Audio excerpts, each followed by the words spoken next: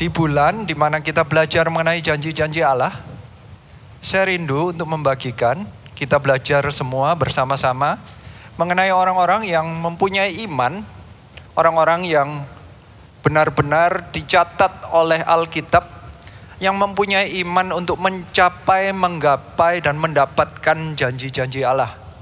Salah satunya, hari ini, saya rindu untuk membagikan, kita bersama-sama belajar ya, mengenai Abraham. Siapa yang rindu untuk belajar dari firman Tuhan lebih lagi? Coba angkat tangannya. Wow, puji Tuhan. Ini jam dimana memang jam yang paling populer ya. Ini memang semua orang pinginnya yang jam 10. Selama saya berada di gereja Marsyaron 20 tahun, kayaknya saya ibadah jam 10 cuma 3 kali. Jadi saya sendiri jarang sekali jam 10. Saya mengucap syukur, ini merupakan salah satu kasih karunia untuk saya bisa berada di tempat ini. Saya ajak kita belajar bersama-sama ya dari Abraham. Bagaimana imannya bisa menggapai janji Tuhan yang diberikan untuk Abraham. Kita baca dari Ibrani 11. Mulai dari ayat 8. Kata-katanya demikian. Karena iman, Abraham taat. Ketika ia dipanggil untuk berangkat ke negeri yang akan diterimanya menjadi milik pusakanya. Lalu ia berangkat dengan tidak mengetahui tempat yang ia tujui. Ini adalah satu tahapan iman Abraham. Iman Abraham begitu perlu kita pelajari bersama-sama. Sampai di Ibrani 11 itu, imannya Abraham itu diperjelas. Kalau menurut saya sampai ada 4 tahap. Yang lainnya itu biasanya karena iman Nuh misalnya itu satu kalimat sepertinya satu tindakan, paling 2 kalimat. Tetapi di Ibrani 11 ini yang mengenai kehidupan Abraham itu menurut saya ada 4 poin yang dijelaskan. Hanya di Ibrani 11. Saya percaya Tuhan itu dengan sengaja itu memberikan highlight bagi kita semua untuk belajar. Memberikan highlight kepada Anda dan saya untuk belajar bagaimana Abraham bisa menjadi pahlawan iman. Bagaimana Abraham bisa menggapai janji yang diberikan oleh Tuhan kepadanya dalam kehidupannya. Siapa di antara kita semua yang ada di tempat ini yang rindu untuk menggapai janji Tuhan atas kita semua? Yang mau coba angkat tangan. Wow, semuanya mau ya. Oleh karena itu mari kita belajar. Ini poin pertama atau tahapan pertama dari iman Abraham. Yang pertama adalah mulai bergerak. Dari ayat Ibrani 11 ayat 8 dikatakan demikian tadi saya sudah bacakan. Ketika ia dipanggil untuk berangkat, ada kata-kata berangkat.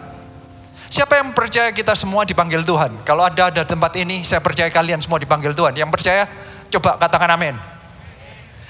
Kalau kita dipanggil Tuhan, pasti ada tindakan atau reaksi di mana menunjukkan bahwa kita itu setuju atau sepakat dengan panggilannya.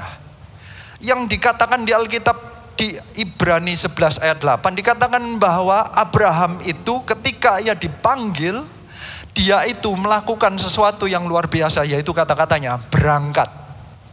Saya rangkum dengan kata-katanya, the poin pertama adalah mulai bergerak.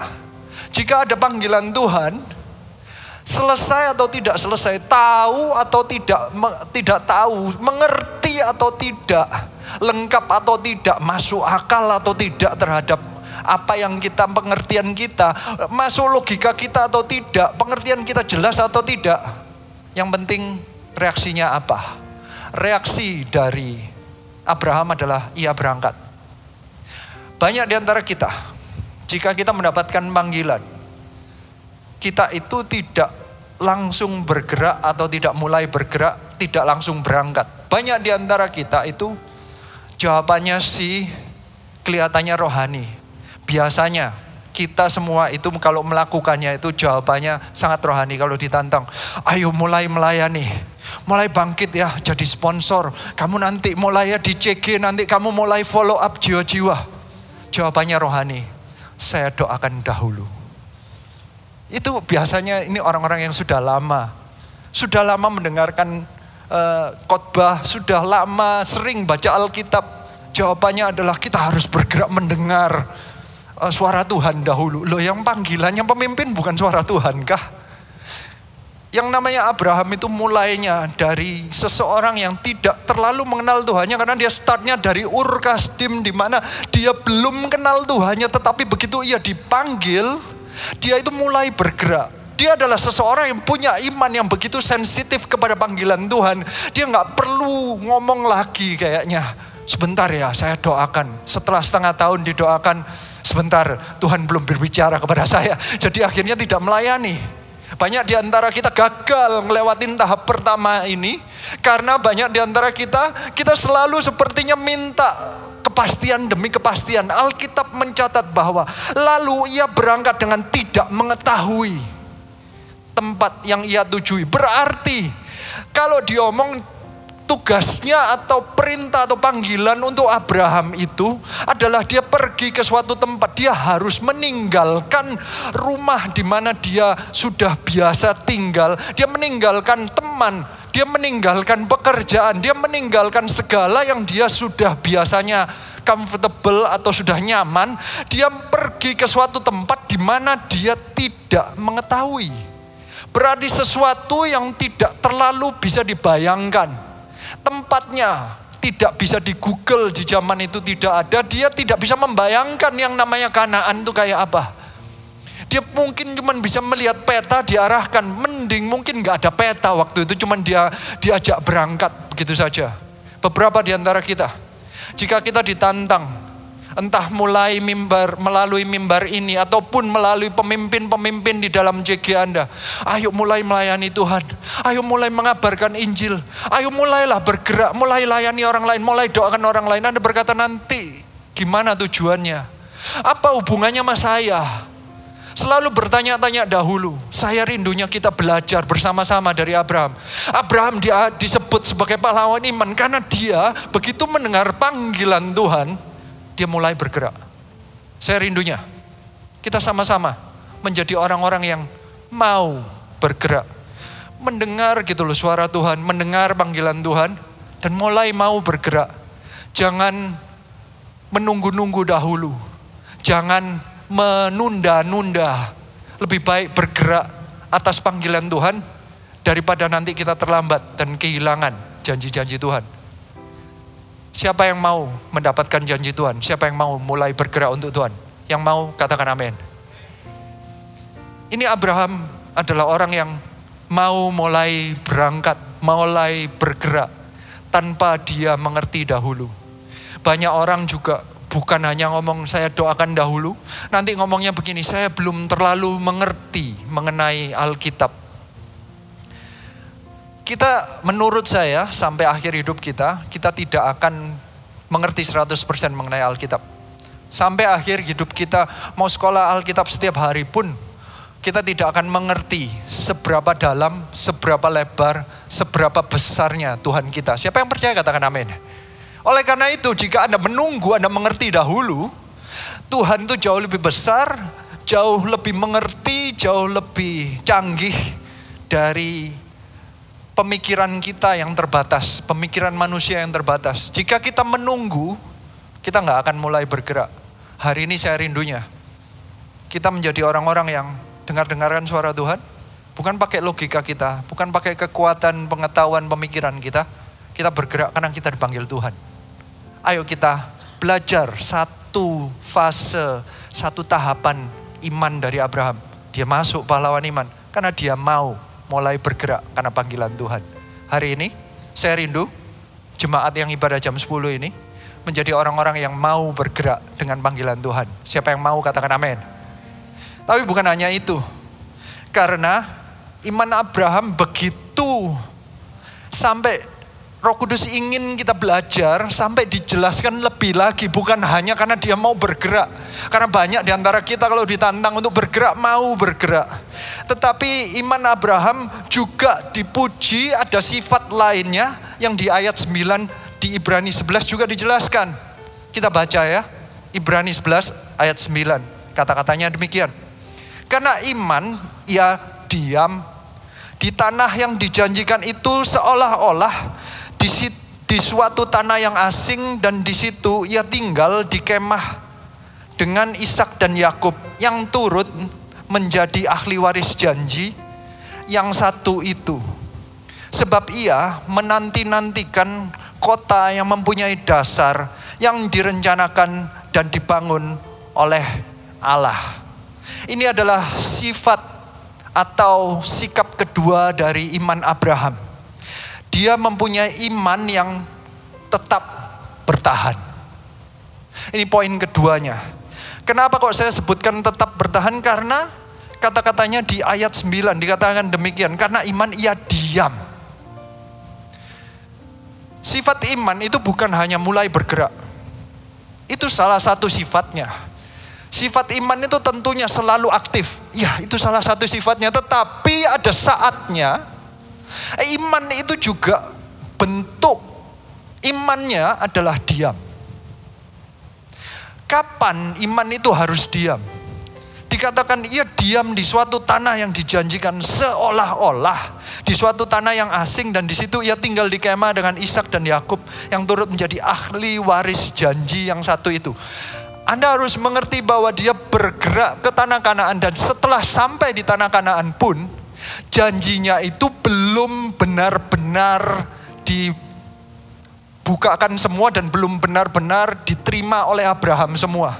Dalam bergeraknya, Abraham itu mengalami saat-saat di mana dia tidak mendengar apapun dari Tuhan.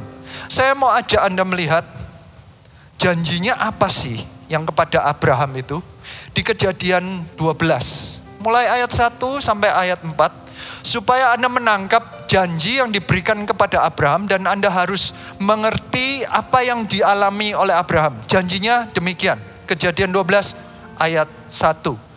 Berfirmanlah Tuhan kepada Abram, pergilah dari negerimu dan dari sanak saudaramu dan dari rumah bapamu ini ke negeri yang akan kutunjukkan kepadamu. Aku akan membuat engkau menjadi bangsa yang besar dan memberkati engkau serta membuat namamu masyhur. Dan engkau akan menjadi berkat. Aku akan memberkati orang-orang yang memberkati engkau dan mengutuk orang-orang yang mengutuk engkau. Dan olehmu semua kaum di muka bumi akan mendapat berkat. Ayat 4, lalu pergilah Abram seperti yang difirmankan Tuhan kepadanya, dan Lot pun ikut bersama-sama dengan dia. Abram berumur 75 tahun ketika ia berangkat dari Haran. Abram itu berangkat dari Haran sampai ke Kanaan itu butuh waktu bertahun-tahun, dan setelah sampai di Kanaan pun janji yang tadi dijelaskan mulai dari ayat 1 sampai ayat 3 itu tidak semuanya terjadi kepadanya. Ini cuman satu kalimat pertama saja, pergilah dari negerimu ke negeri yang akan kutunjukkan kepadamu. Cuman ayat 1 saja yang dia alamin sampai di Kanaan. Selama 25 tahun, mulai dari ayat 2 sampai seterusnya, itu dia tidak melihat apapun juga. Sepertinya tidak terjadi apa-apa. Sepertinya Tuhan itu cuman menyuruh pergi kemudian meninggalkan dia. Sepertinya kayak begitu. Karena Abraham tidak punya anak. Waktu itu saya nyebutnya Abraham saja ya. Ada saatnya nanti namanya berubah menjadi Abraham. Dari Abram menjadi Abraham. Tetapi bukan ini yang saya diskusikan. Tetapi yang saya diskusikan adalah bagaimana apa yang dia lakukan dan bagaimana imannya bisa tetap bertahan. Padahal dia tidak menerima kayaknya next step-nya. Banyak di antara kita mendapatkan janji Tuhan, mungkin sudah melangkah Misalnya ada orang-orang itu yang percaya Tuhan, saat dia mendapatkan kesembuhan dari Tuhan, dia langsung dibaptis, percaya Tuhan, dia ikut. Setelah itu dia bertanya-tanya, ngapain aku? Aku sudah sembuh. Terus dia mulai nggak nyaman. Imannya mulai tergoyahkan. Iman pertama yang bergerak, dia mengalaminya. Karena iman kesembuhan dia nerima. Iman nyampe ke Kanaan, dia menerima. Ada orang-orang mencari kesembuhan, menerimanya. Meminta breakthrough dalam pekerjaan, menerimanya. Iman pertama yang sudah mulai bergeraknya sudah, tetapi belum teruji mengenai diamnya. Abraham diuji juga mengenai diamnya. Ada saat-saatnya, masanya Abraham 25 tahun, ayat keduanya tidak pernah terjadi dalam kehidupannya. Tidak ada tanda-tanda bakalan terjadi. Abraham sudah berumur 75 sampai 99 tahun, tidak ada tanda bahwa istrinya punya anak. Mana mungkin ayat keduanya yang berkata, aku akan membuat engkau menjadi bangsa yang besar. Boro-boro bangsa satu aja enggak. Sepertinya jika kita mulai mau memikirkan, kita nggak bisa diam di dalam janjinya Tuhan. Kadang kita mulai bertanya-tanya, loh apa next step-nya? Setelah aku percaya Tuhan, kenapa kok bisnisku nggak nambah? Kenapa kok kehidupanku seperti ini saja? Jika ada yang sedang merindukan untuk memiliki anak seperti Abraham, mungkin Anda mulai bertanya-tanya, hanya sampai di sini sajakah? Apakah Tuhan nggak mau berkati aku lebih? Ada orang yang mulai bertanya-tanya, Abraham adalah seseorang yang bisa menggapai janji Tuhan karena dia bisa diam imannya. Dia bisa tetap bertahan meskipun tidak ada tanda-tanda. Sama sekali tidak ada tanda-tanda. Dia tidak membuat hidupnya terlalu comfortable. Dia bisa saja hidupnya itu mencari sesuatu yang lebih comfortable atau nyaman. Karena tiba-tiba setelah sampai di Kanaan, ada beberapa poin di dalam kehidupan Abraham yang mulai dibuktikan. Aku akan memberkati engkau menjadi bangsa yang besar dan memberkati engkau serta membuat namamu masyhur. Di tengah jalan selama 25 tahun menunggu anak, kehidupan bisnis Abraham itu diberkati. Dikatakan bahwa ternaknya makin banyak. Jadi bahkan Lot pun ikut terjadi. Orang yang memberkati engkau akan diberkati. Dia sendiri menjadi berkat. Ternyata ada yang mulai tumbuh. Ada kesempatan bagi Abraham untuk menjadi seseorang yang menjadi terlalu nyaman. Dia tidak lagi menaruh iman kepada bangsa yang besar. Dia mungkin memberkatinya mungkin dengan ternak kali ya. Mulai memikirkan mungkin beberapa di antara kita mungkin kalau nanti saya jadi orang Kristen, mungkin Tuhan akan memberkati saya menjadi bisnismen yang sukses. Saya akan memberkati gereja hanya dengan uang saya saja. Mungkin Tuhan cuma mau memberkati dengan ternaknya saja. Tetapi Tuhan berkata, Tuhan akan membuat engkau menjadi bangsa yang besar. Saya percaya kita semua akan dipakai Tuhan untuk menjadi contoh bagi banyak orang di sekeliling kita. Siapa yang percaya katakan amin.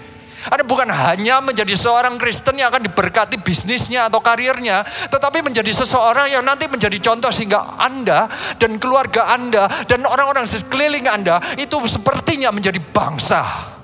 Anda mau dipakai Tuhan untuk menjadi contoh bagi orang lain. Anda mau dipakai Tuhan untuk memberkati banyak orang lain, bukan hanya dari kepunyaan Anda, tetapi dari kehidupan Anda. Siapa yang percaya katakan amin. Abraham tidak pernah patah semangat.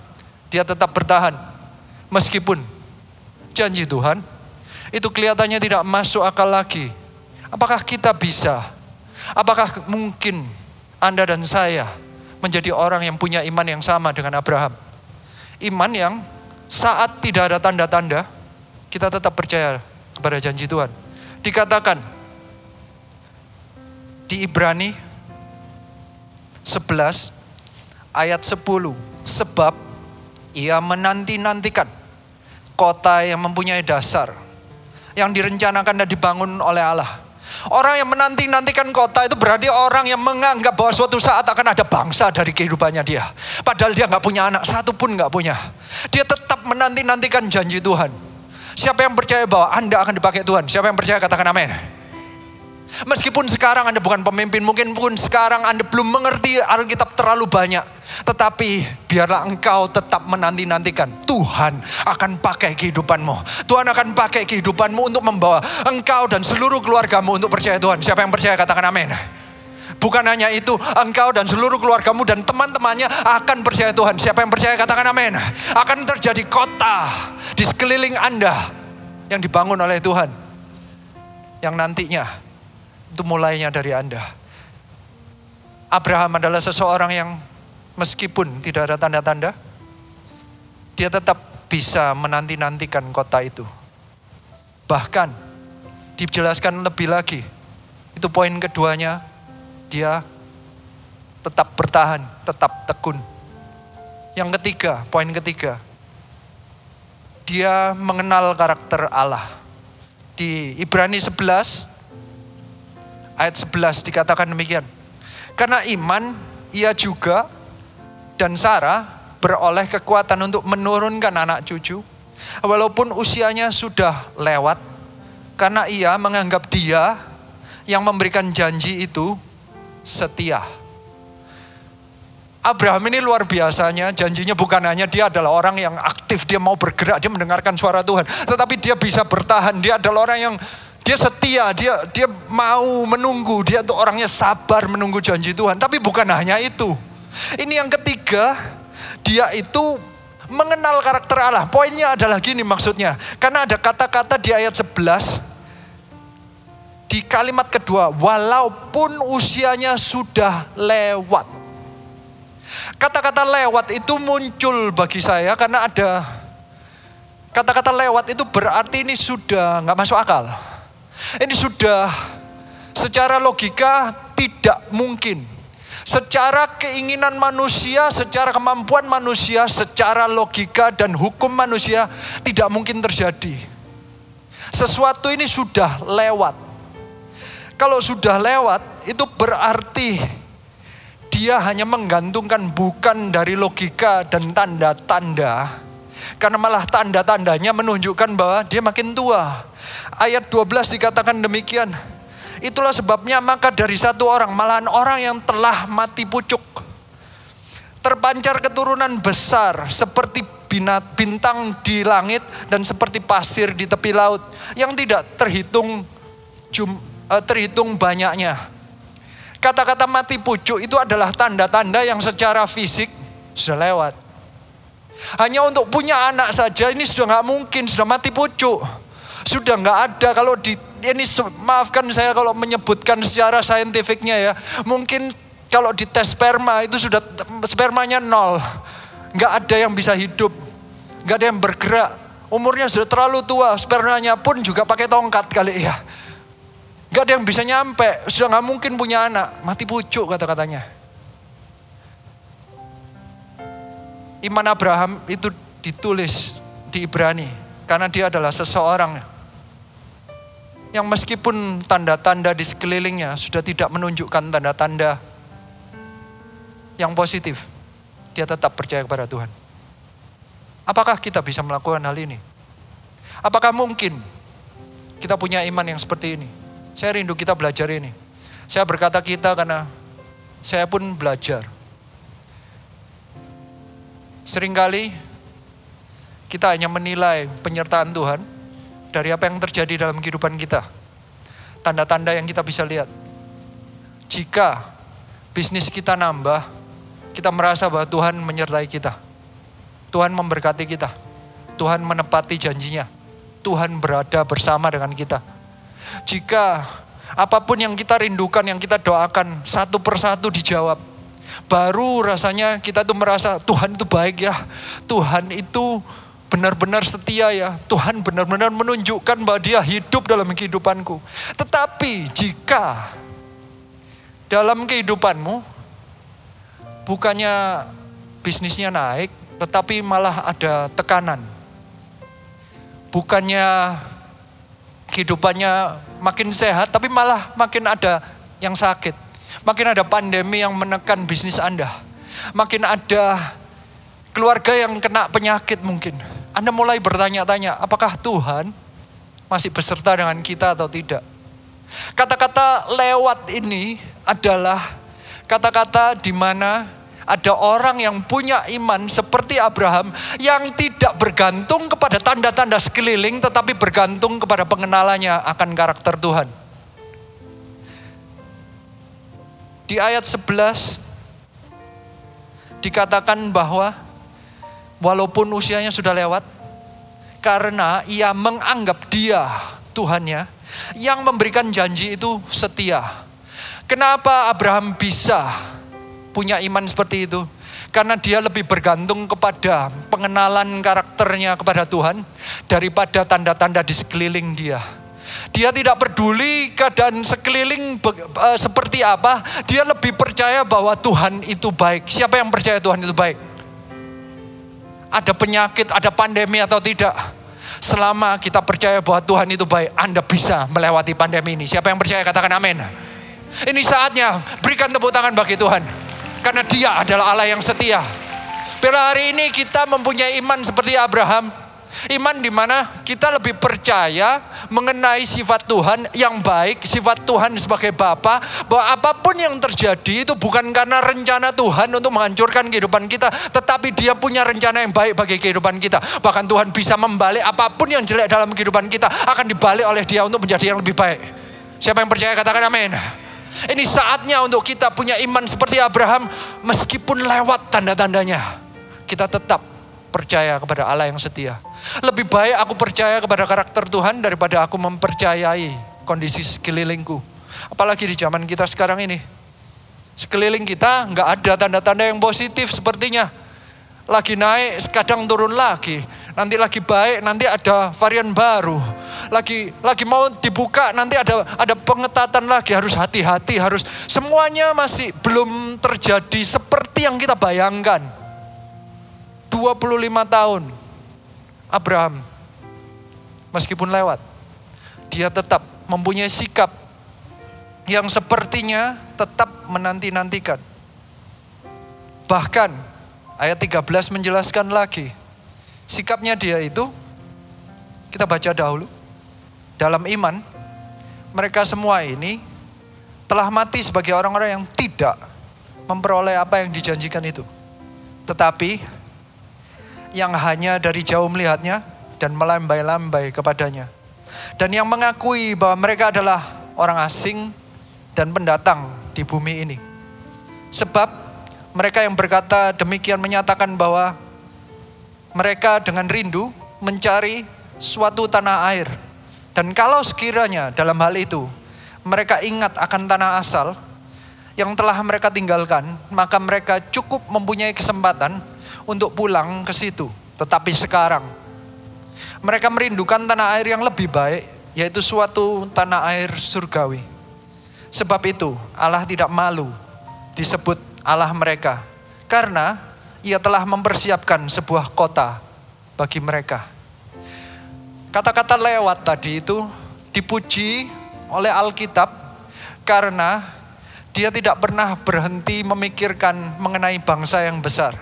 Meskipun bagi mereka janji itu sudah lewat, bahkan janji itu sudah mati, bahkan ini kata-katanya, karena iman mereka itu telah mati sebagai orang-orang yang tidak memperoleh apa yang dijanjikan itu. Sebenarnya kalau dipikir-pikir, kalau kita pikirin lagi, Abraham itu benar-benar mendapat janjinya atau tidak? Janji Abraham tadi di Kejadian 12 ayat 2 dikatakan, aku akan membuat engkau menjadi bangsa yang besar. Terjadi dalam kehidupan Abraham enggak? Yang Abraham lihat itu cuma satu, Ishak. Dia enggak ngelihat bangsa. Dia cuma ngelihat Ishak. Jadi dia sudah menerima janji atau tidak? Banyak di antara kita menuntut kepada Tuhan. Menuntut, seharusnya kalau aku percaya Tuhan, aku anak Tuhan, ya mestinya aku diberkati. Banyak di antara kita itu masuk dalam kekristenan itu sepertinya mempunyai bayangan sendiri dan mempunyai pemikiran sendiri bahwa Tuhan itu harus begini, Tuhan itu harus begitu. Abraham enggak. Abraham tidak menuntut. Bahkan jika dia tidak mendapatkan bangsa yang besar pun, dia menanti-nantikan. Dia tahu bahwa kalau dia enggak dapat sekarang, dia bisa dapatkannya di surga. Dia adalah orang yang berkali-kali disebutkan, dia menganggap dirinya itu sebagai orang asing atau pendatang. Dia tidak pernah membuat dirinya itu comfortable di dunia ini. Dia tahu bahwa hidup di dunia ini cuma sementara. Hidup kita ini cuma 70-80 tahun. Apa yang harus apakah kita harus selesaikan semuanya di hidup ini, di dunia ini? Banyak di antara kita planningnya itu untuk 70-80 tahun ini. Padahal kehidupan kita itu bukan hanya di 70-80 tahun, tetapi sampai kekekalan. Siapa yang percaya katakan amin. Banyak di antara kita itu memikirkannya cuman yang 70-80 tahun. Abraham enggak. Dia tidak pernah marah sama Tuhan karena dia bisa membayangkan nanti bangsanya. Dia di surga, dia sedang lihat sekarang bangsanya benar-benar. Bukannya Israel, tetapi dia bisa melihat bahwa semua kita pun sepertinya anak rohani dari Abraham.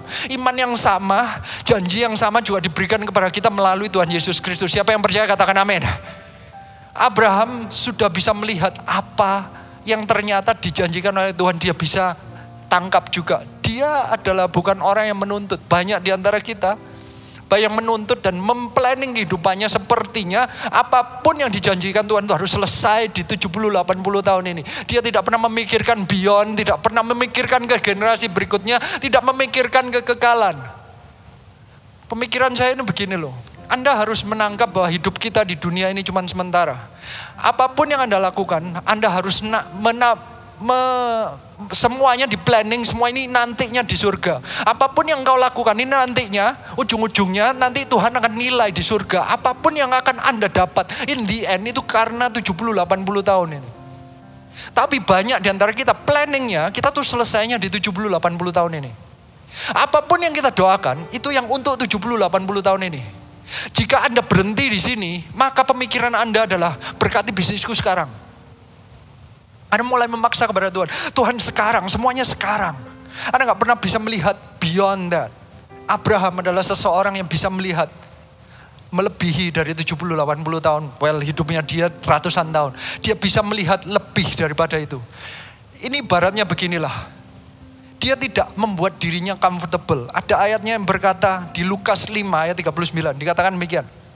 Dan tidak seorang pun yang telah minum anggur tua ingin minum anggur baru. Sebab ia akan berkata, anggur yang tua itu baik. Ini adalah Tuhan Yesus yang berkata, mengajarkan mengenai orang-orang yang tidak pernah mau menerima perubahan. Diajak berubah, diajak untuk melakukan kehendak Tuhan, gak mau berubah karena dia terlalu comfortable dengan kehidupannya sendiri. Orang-orang yang terjebak dalam comfort zone, daerah nyaman. Ada orang-orang yang membuat dirinya nyaman di dunia ini. Semuanya di planning di dalam kehidupannya untuk 78 tahun, 80 tahun. Semua planningnya adalah dia harus kaya, harus terjadi. Nanti pelayanan itu nanti. Yang penting saya harus sukses dahulu. Karena mikirnya hanya untuk 70-80 tahun. Abraham bukan orang yang demikian. Dia adalah menganggap dirinya orang asing. Dia orang pendatang. Dia tahu dunia ini cuma sementara. Dia tahu nanti akhirnya dia akan menuainya di kekekalan. Ini loh bedanya. Apa artinya kalau jadi orang asing? Siapa yang pernah menginap di satu hotel atau motel? Atau satu villa coba. Siapa yang pernah? Angkat tangan. Oh ya lumayan banyak ya. Kebanyakan orang pernah lah ya. Sekali-sekali ya. Apakah Anda pernah datang ke suatu tempat di hotel. Kemudian Anda pikir, ini kok rasanya kurang kursi. Kemudian Anda beli kursi dan Anda bawa satu sofa dan Anda improve di kamarnya, Anda tambahin satu sofa. Kemudian Anda lihat kamarnya kok kelihatannya kurang terang. Kemudian Anda telepon Ace Hardware, Anda kemudian keterlanjur ngomong misalnya toko bahan baku itu bahan apa, Anda beliin lampu, Anda telepon tukang terus dipasangin. Kemudian Anda merasa ini kok kurang lebar, Anda jebol temboknya, Anda lebarin. Apakah Anda lakukan itu di hotel? Nggak mungkin kan? Anda nggak mungkin invest untuk sesuatu yang sementara.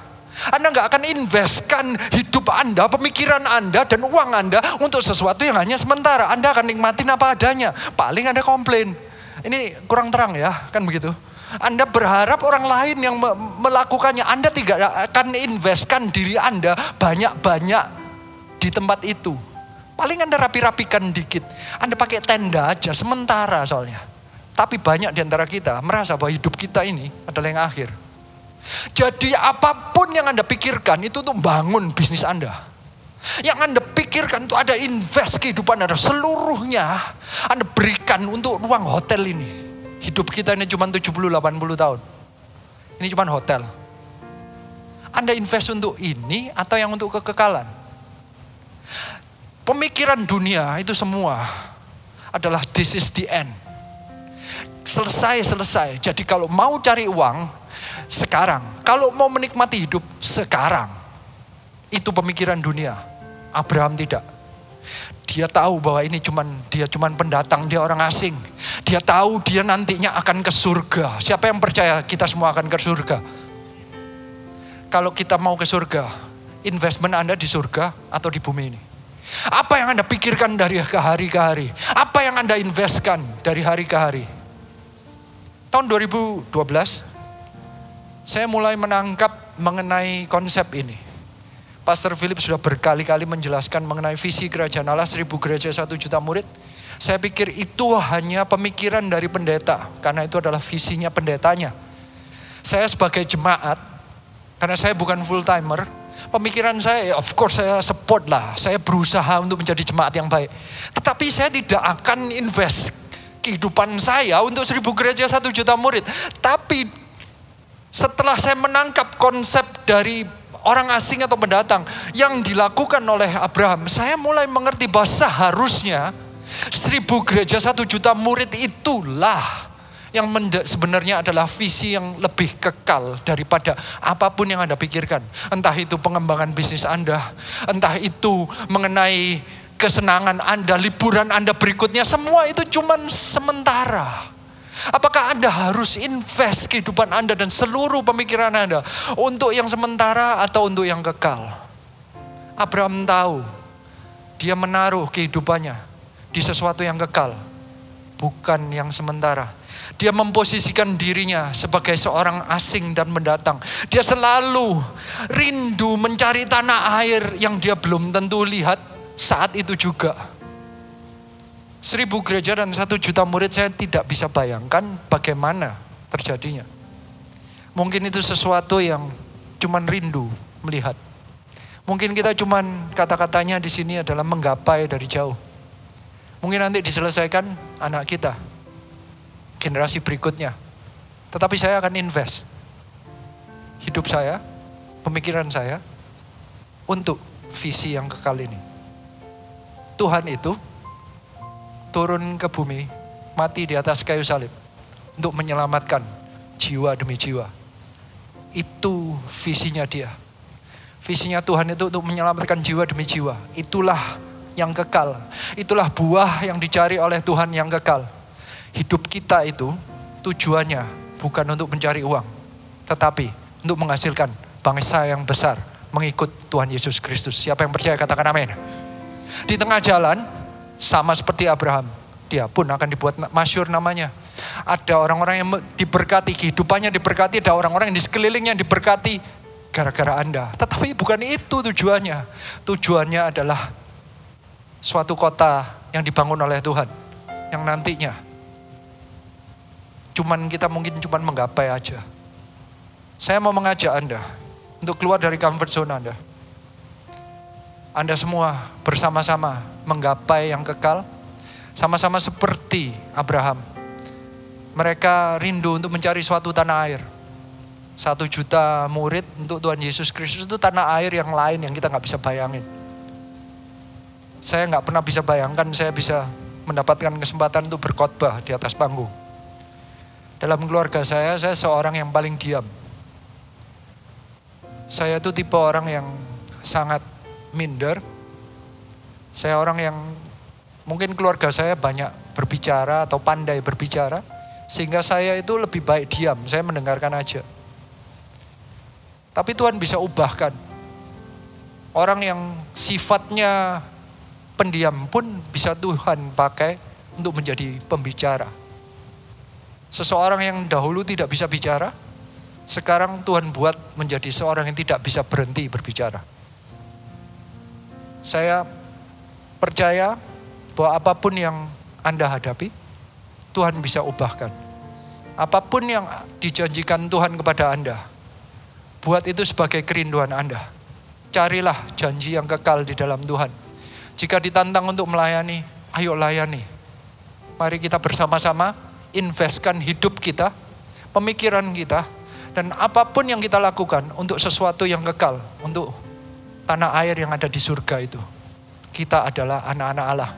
Saya rindu kita semua belajar, dan saya percaya yang ibadah jam 10 ini, saya percaya banyak orang-orang yang akan dipakai Tuhan dari tempat ini. Bukan hanya engkau menjadi bisnismen yang berhasil, tetapi engkau akan membawa banyak bangsa yang besar. Akan ada pengikut. Engkau bisa menjadi pemimpin banyak orang menuju Tuhan Yesus Kristus. Bukan karena pengetahuanmu, tetapi karena imanmu. Bukan karena kehebatanmu, tetapi karena engkau mau bersama-sama dengan para pemimpin kita menjalankan visi kerajaan Allah yang kekal. Tapi bukan hanya itu. Iman Abraham ada poin keempatnya. Di ayat 17 kita belajar. Karena iman, maka Abraham tak kalah dicobai mempersembahkan Ishak.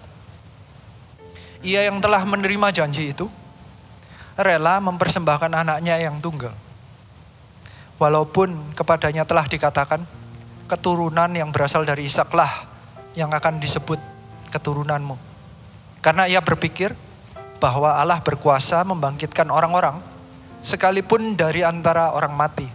Dan dari sana, ia seakan-akan telah menerimanya kembali. Ini adalah poin keempat dari iman Abraham. Poin keempatnya adalah merelakan keinginan pribadi. Banyak di antara kita kalau ditantang, melayani, mau. Tetapi selalu diimbang-imbangkan. Dan ujung-ujungnya kalau ditimbang-timbang, keinginan pribadilah yang jauh lebih diprioritaskan. Abraham menjadi seorang pahlawan iman. Karena dia adalah seseorang yang bisa menimbang keinginan pribadinya, bahkan ini yang janji yang dari Tuhan ya, itu bisa ditaruh lebih rendah prioritasnya daripada prioritasnya Tuhan. Dia bisa mengutamakan kehendak Tuhan dan merelakan keinginan pribadinya. Dia adalah seseorang yang bukan hanya tidak mencari kenyamanan di masa ini, tetapi kenyamanan yang sudah diterimanya pun, jika dicabut pun, dia bisa berkata, tidak apa untuk aku. Karena dia adalah seseorang yang lebih baik dekat kepada Tuhan. Dia memilih untuk mencintai Tuhan daripada mencintai janjinya. Banyak di antara kita perjalanannya itu sampai di level kalau diberikan iman, diberikan tantangan mau jalan. Setelah itu mau setia. Setelah mendapatkan janjinya, kita sukacita, tapi saat janjinya mulai ditarik, mulai bertanya-tanya, apakah Tuhan masih sayang kepada saya? Apakah Tuhan masih setia kepada janjinya? Abraham adalah orang yang punya iman yang sudah dites keempat levelnya, sampai level dia tidak lagi berpegang hanya kepada apapun yang diingininya. Ishak adalah anak yang dia kasihi. Apakah kasihmu kepada Tuhan jauh lebih besar daripada kasihmu kepada apapun yang kau miliki saat ini? Itu tantangan yang terberat, yang juga perlu kita pertanyakan sampai akhir hidup kita. Saya sih tidak mau. Saya tidak kepingin saya dites, dicobai mengenai hal ini. Tetapi mungkinkah jika kita melalui hal ini, kita bisa memilih bahwa kita lebih sayang kepada Tuhan daripada apapun yang kita miliki di dunia ini? Ini tes yang dilalui oleh Abraham. Bahkan dia itu adalah orang yang bisa mengambil kesimpulan bahwa karena ini mengenai suatu kehidupan seseorang. Ayat 19 berkata, karena ia berpikir bahwa Allah berkuasa membangkitkan orang-orang sekalipun dari antara orang mati. Dan dari sana ia seakan-akan telah menerimanya kembali. Dia adalah orang yang sepertinya hidup di masa depan. Belum ada yang berkhotbah mengenai kebangkitan, tetapi dia sudah percaya kebangkitan. Dia begitu percaya kepada Tuhannya. Meskipun dia kehilangan sesuatu, kehidupan pun dia percaya Tuhan bisa membangkitkannya kembali. Dia bisa mempercayainya, mengimani bahwa Allahnya adalah Allah yang dia butuhkan. Dia gak perlu yang lain. Bahkan apapun yang Tuhan sudah berikan, kalau mau diambil kembali, Tuhan bisa kembalikan lagi. Apakah kita punya iman seperti Abraham? Apakah jika kita melewati ini, kita bisa melaluinya? Saya rindu kita semua bisa belajar dari Abraham. Dan kita percaya nanti kita akan bisa melaluinya seperti Abraham. Karena kita belajar dari Abraham. Roma 8 ayat 17 dikatakan, dan jika kita adalah anak, maka kita juga adalah ahli waris. Maksudnya, orang-orang yang berhak menerima janji-janji Allah, yang akan menerimanya bersama-sama dengan Kristus. Yaitu jika kita menderita bersama-sama dengan Dia, supaya kita juga dipermuliakan bersama-sama dengan Dia. Ternyata ayat firman Tuhan itu meskipun menjelaskan bahwa imannya Abraham itu di-split menjadi 4 poin. Tetapi ujung-ujungnya kita menerima semua janji itu hanya sebagai warisan. Warisan itu adalah sesuatu yang sudah dikerjakan oleh orang lain dan diberikan kepada kita secara cuma-cuma hanya karena status. Berarti bukan karena kita layak menerimanya, bukan karena kita mampu, bukan karena kita berhak, bukan karena usaha kita, tetapi karena kasih karunia. Siapa yang percaya katakan amin. Di dalam Tuhan Yesus Kristus kita berhak menerima setiap janji Allah. Tinggal kata-katanya, jika kita adalah anak. 4 sikap iman Abraham itu menunjukkan Abraham adalah anak Allah. Apakah kita juga punya sikap iman yang sama seperti Abraham sebagai anak Allah? Kita tinggal menunjukkan sikap iman hati kita agar kita menunjukkan kita adalah anak, kita berhak menerima janji Allah. Apapun yang Tuhan janjikan, keselamatan, perlindungan Tuhan, penyertaan Tuhan, kita akan menerima selama kita punya sikap hati anak. Hari ini Tuhan sedang mengajak orang-orang yang ada di dalam ibadah ini untuk menjadi seorang anak. Saya mengalaminya dalam kehidupan saya berkali-kali. Seperti tadi yang saya jelaskan, jika saya ada di tempat ini bisa berkhotbah, saya percaya itu cuman warisan yang saya terima.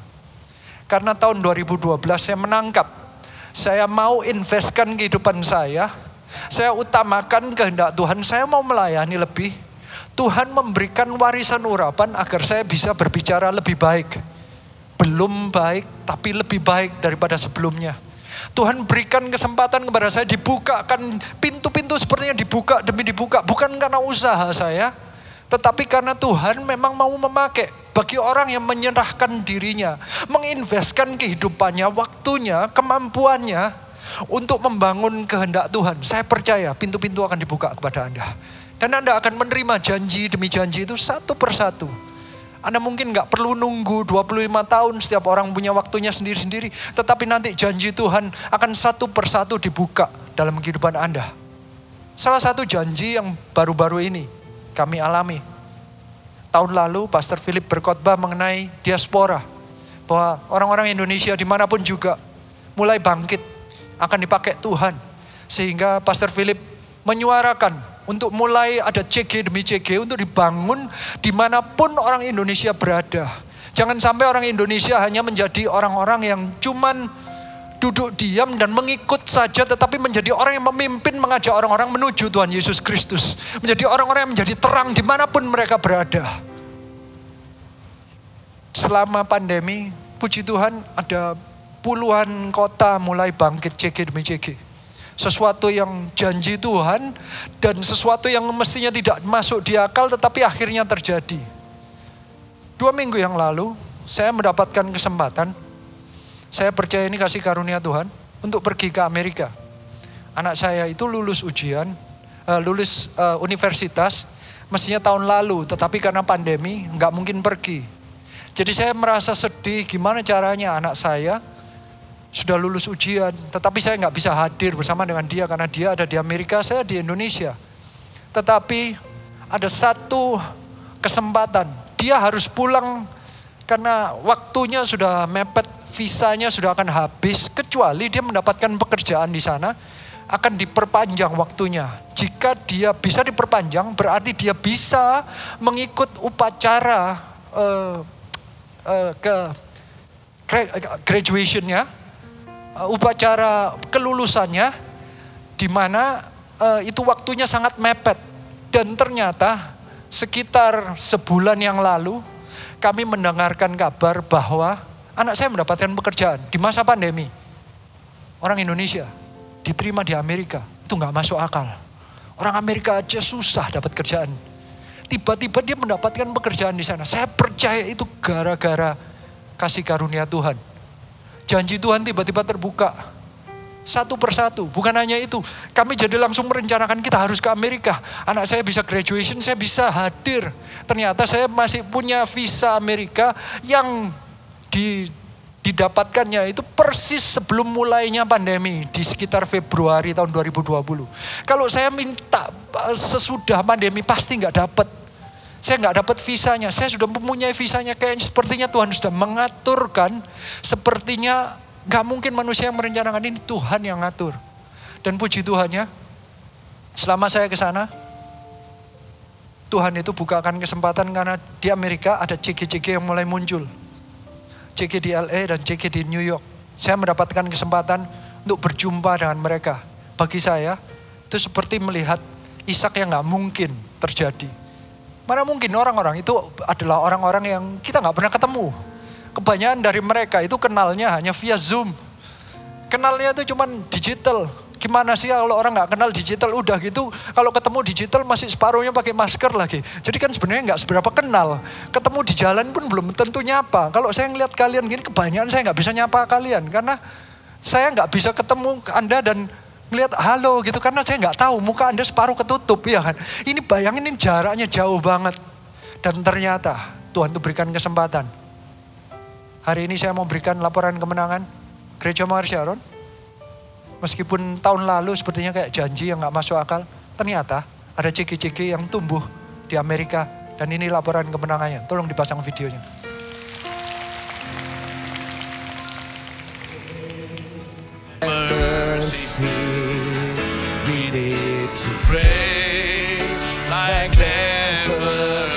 Karena diberikan Tuhan kemenangan yang besar. Hanya karena apa? Dia berdiri. Dia stand. Sesuatu yang dia tangkap. Ada visi yang ada di benaknya. Dan dia mau berdiri menangkap dalam hatinya.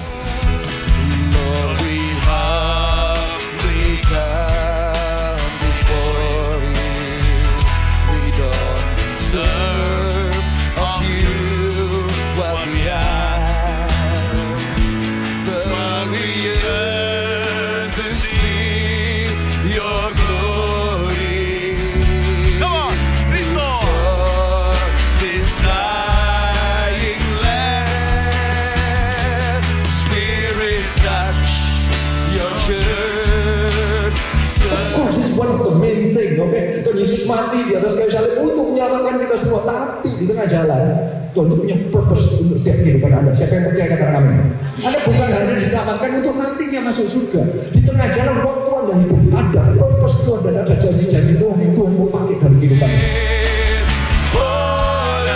I'm here just to say to you, ada rencana Tuhan yang indah Tuhan. Come with me, serve with me. This is what at least I can see. Ini yang membuat saya melayani di masa ada orang yang memuji atau tidak. Ini yang membuat saya tetap melayani di masa saya merasanya membosankan atau tidak. Saya tetap melayani meskipun dianggap ini ada artinya atau tidak. Saya tetap follow up orang sejauh apapun saya bayar berapapun, berapa orang yang hadir pun, I will still do it for God.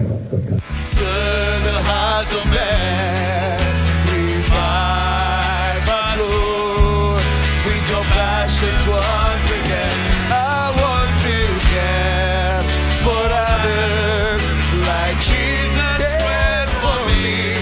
Let your rain fall upon me. Berikan tepuk tangan bagi Tuhan Yesus Kristus. Bagi saya waktu di Amerika itu saya merasa seperti mimpi gitu. Gak mungkin sepertinya. Gak mungkin di masa pandemi ini kok saya bisa ada di Amerika, bisa ketemu orang-orang yang dari nothing tiba-tiba ada orang-orang yang mau menyerahkan dirinya untuk bersama-sama dengan kita membangun 1000 gereja dan 1 juta murid. Dan ternyata Tuhan bisa melakukannya asal kita punya sikap hati anak. Hari ini Tuhan mau mengajak kita semua untuk belajar menjadi seorang Abraham yang punya iman, yang akhirnya dapat janjinya sekarang atau nanti tetap beriman kepada Tuhan.